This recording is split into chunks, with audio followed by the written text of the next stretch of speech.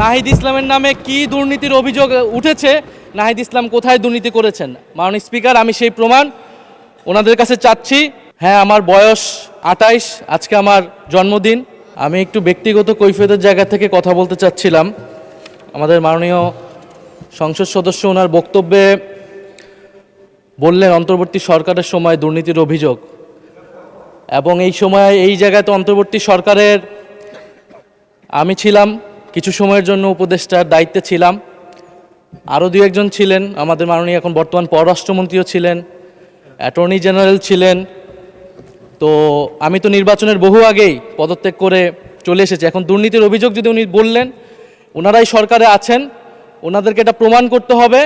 এটার প্রমাণ জাতীয় সংসদে যদি বলেছে, ওনাদেরকে এই প্রমাণ দিতে হবে নাহিদ ইসলামের নামে কি দুর্নীতির অভিযোগ উঠেছে, নাহিদ ইসলাম কোথায় দুর্নীতি করেছেন। মাননীয় স্পিকার, আমি সেই প্রমাণ ওনাদের কাছে চাচ্ছি।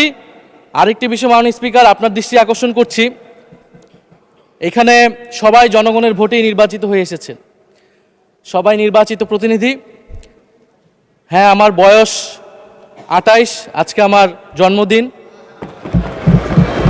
এবং আমি নবীন সদস্য।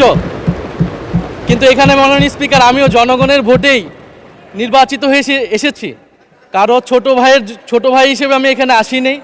ফলে সবাই মাননীয় সংসদ সদস্য হিসেবে সবাই যে সম্মান মর্যাদা প্রত্যাশা করে, সবাই যেটা পায়, আমরাও কিন্তু সে একই জিনিস প্রত্যাশা করি। ধন্যবাদ। এটি আপনি মাননীয় স্পিকার দেখবেন। আপনার ধন্যবাদ। মাননীয় বিরোধী দলের চিফ হুইপ, আপনি নিশ্চয়ই লক্ষ্য করেছেন ট্রেজারি বেঞ্চের সদস্যরাও টেবিল চাপড়ে আপনাকে জন্মদিনের অভিনন্দন জানিয়েছে।